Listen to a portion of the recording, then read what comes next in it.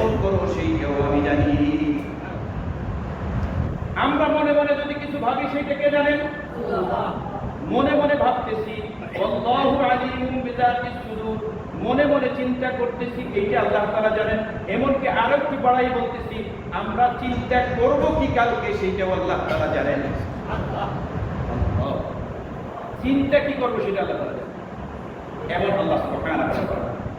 যাই হোক, আমি বলতেছিলাম যে আমরা আমাদেরকে আল্লাহ তাআলা কেন তৈরি করেছেন, কেন তৈরি করেছেন? একটা কথা তো জানতে পারলাম যে আমাদেরকে সৃষ্টির সেরা আল্লাহ তাআলা তৈরি করেছেন, এবং আল্লাহ সুবহানাহু ওয়া তাআলা আমাদেরকে তৈরি করেছেন হলো ইবাদতের জন্য।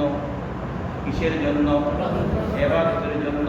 এখন আমাদের কথা হলো যে আমরা তো সবসময় ইবাদত করতে পারি না। এইটার একটা সুন্দর ব্যাখ্যা আপনাদের জানতে হবে।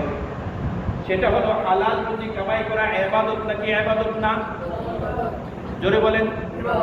হালাল রুজি কামাই করা ইবাদত, হারাম কামাই করা হারাম। কিন্তু হালাল কামাই করলে আপনার ইবাদত হবে। আপনি যদি আপনার স্ত্রীর জন্য আপনি এরকম ভাবে কাপড় কেনেন হালাল থেকে, তো ইবাদত।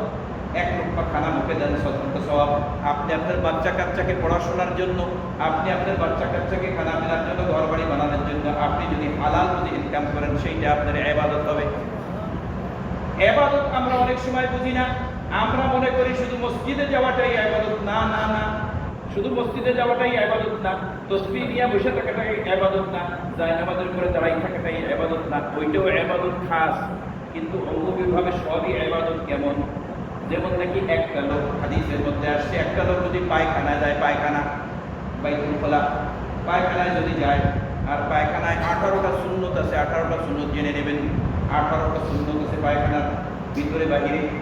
এই 18টা সুন্নত যদি কেউ পালন করে, তাহলে সে যদি 15 পারা একদম বাতাজিবি একমাত্র আল্লাহর উদ্দেশ্যে 15 পারা কোরআন শরীফ তেলাওয়াত করে যেই সওয়াব হবে, ওই 18টা সুন্নত মাইনে যদি কেউ একবার পায়খানা করে, আল্লাহ তাআলা তাকে সেই পরিমাণ সওয়াব দান করবে।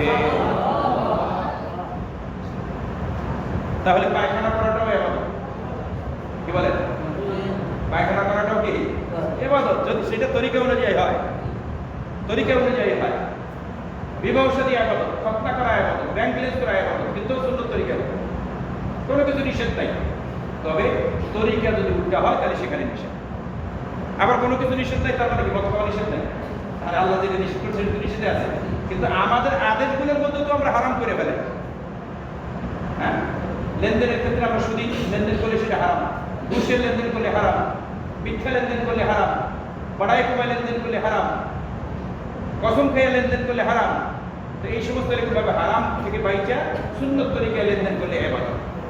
তো আমার খাওয়াটাও ইবাদত হয়ে যাবে, আমার ঘুমটা ইবাদত হয়ে যাবে, আমার স্ত্রীর কাছে রাত্রি জাগরণটা ইবাদত হয়ে যাবে, আমার বাচ্চা কাচ্চা দুনিয়াতে আসবে সেইটা ইবাদত হবে, আমার সব কিছু, ঘর বাড়ি বানানো ইবাদত হবে।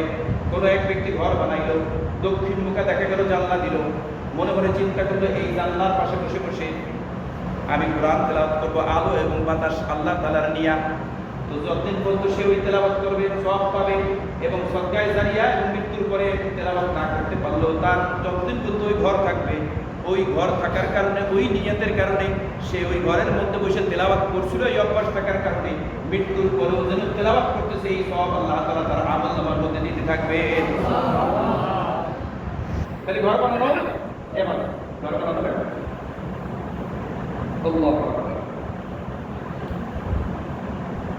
আল্লাহ অন্যান্য মানুষকে আল্লাহ তাআলা কেমনে তৈরি করেছেন? একটা তো হলো আল্লাহ সুবহানাহু ওয়া তাআলা আদম আলাইহিস সালামকে তৈরি করেন মাটি দিয়ে। এমনকি আমরা কি আমাদের মায়ের পেটে মা বাবা আমাদেরকে মাটি দিয়ে বানায়, এটা দেখছি?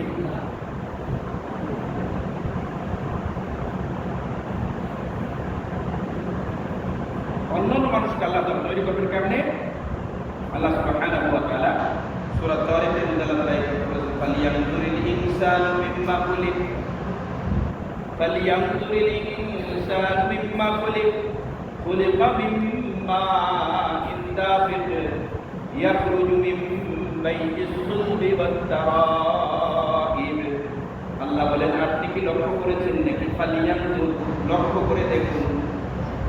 মানুষ কি লক্ষ্য করে না? ফালিয়ানজুরিল ইনসানু মিম্মা খুলিক, মানুষ কি লক্ষ্য করে না যে মানুষকে আমি কি দিয়ে তৈরি করলাম?